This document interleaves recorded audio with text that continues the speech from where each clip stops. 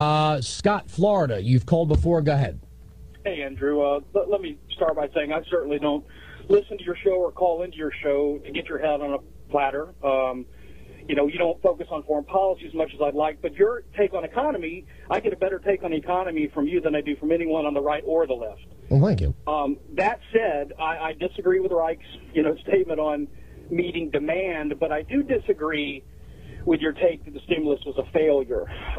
I know you know this, and your listeners may not, but the stimulus was broken into three parts. It was tax breaks for just about every American. It was shoring up state budgets, and 20% went The federal government's job is not to shore up state budgets, sir. You know that. Okay, I agree with that. It's not, no. Scott, let's not play the game of agree. It's fact. It is not the federal government's job to shore up a state budget. 100% of the time, it is not the federal government's job to shore up state governments. 5% or 1% of the time it is. Once every 100 years, the federal government needs to step in for liquidity. Now, but they don't do that. It doesn't work that way, sir. There's this disgusting buying out of the governors through the federal government every single legislative year, sir.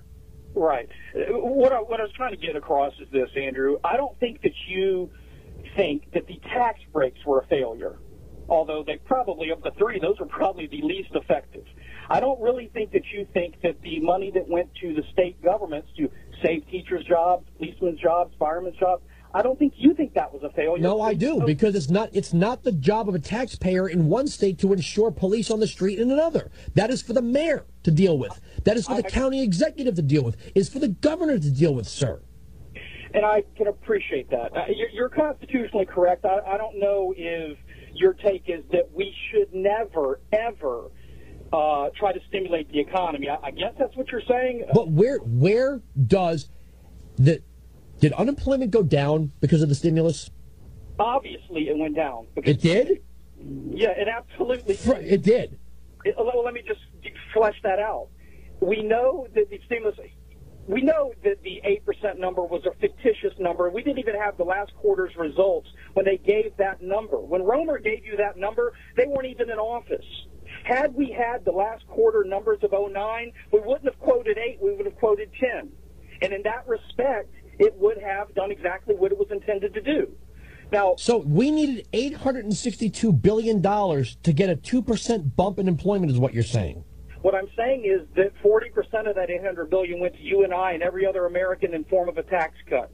The other 40% went to saving jobs, which they did save. But you didn't get a tax cut, sir, as the regulations ramped up the cost of everything in this country. The EPA now controls carbon dioxide, for God's sakes. The federal government bought General Motors at a $50 billion loss. All they did was push that into the debt and the deficit, sir. So you might get a $5 tax break today, but you owe $12.50 next year. Right. And they front-loaded. And by the way, they front-loaded. You didn't get a tax break. They front-loaded the taxes of Obamacare. You just wait till Obamacare kicks in, and that front-loading runs out, and they got to raise taxes to compensate. And, oh, yeah, by the way, you just wait until they really have to address Social Security and Medicare. Now, that's a good argument. The fact that our taxes may rise in the future is a distinct possibility. If not distinct, it's most likely will happen. But the point I'm trying to make is, as we speak, our taxes have been lower for 50 years.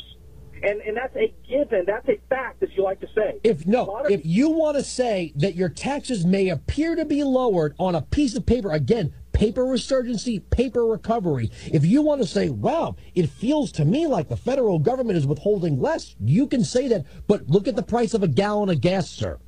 Yeah, I'm not saying that I feel like and I want to believe. I'm telling you you and I both know what the top rates are. We know what the middle rates are. Those rates have never been lower. Yes, cost of living has increased somewhat, and a lot of it has to do with oil. But the point I'm trying to make is, I know why the blanket statement is issued. You want it to be a complete failure. I'm not touting it as a complete success, but I certainly don't sit back and say, God, that $800 billion did nothing. It did exactly what it was intended to do. No, it didn't. So they promised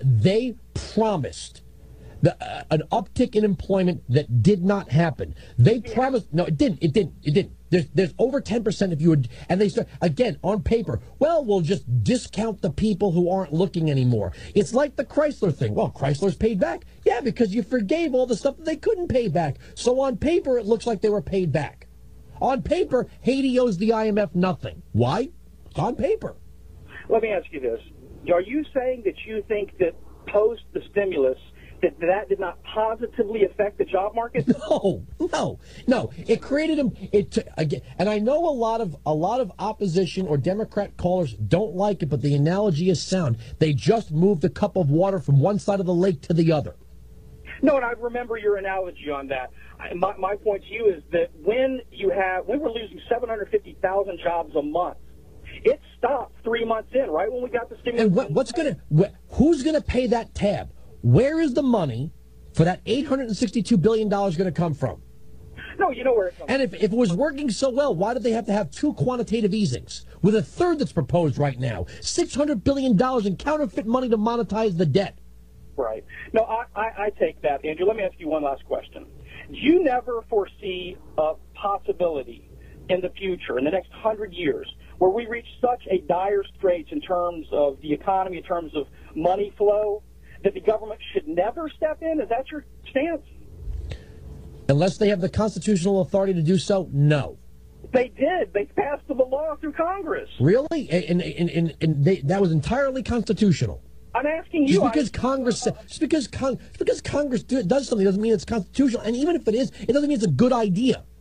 The government cannot give something to someone without first taking it away from someone else. When the government begins to spend money, it spends somebody else's money. The public sector spends private sector money. It takes money for the productive forces and 9 out of 10 times gives it to an unproductive force.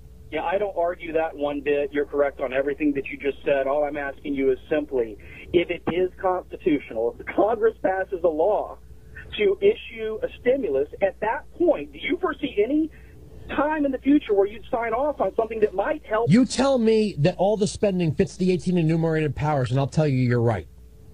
Yeah, and you're saying it doesn't. Well, in the case of building roads, it's entirely constitutional. Yeah, that was a big part of the stimulus. But federal roads, but when they're getting down to shrimp on treadmills, and the president pointing out that they repaved an obscure corner in Columbus, Ohio, it was a slush fund. Scott, I got to let you go. Thanks for the call. At least he's somewhat civil. No, the stimulus package is not a success. I will not say it's a success. I'll never say it's a success. I won't. Simply won't. It did not drive down unemployment. It didn't. It created new unemployment. CNBC is reporting that there's a new round of planned layoffs. Again, horror for the U.S. economy as data falls off.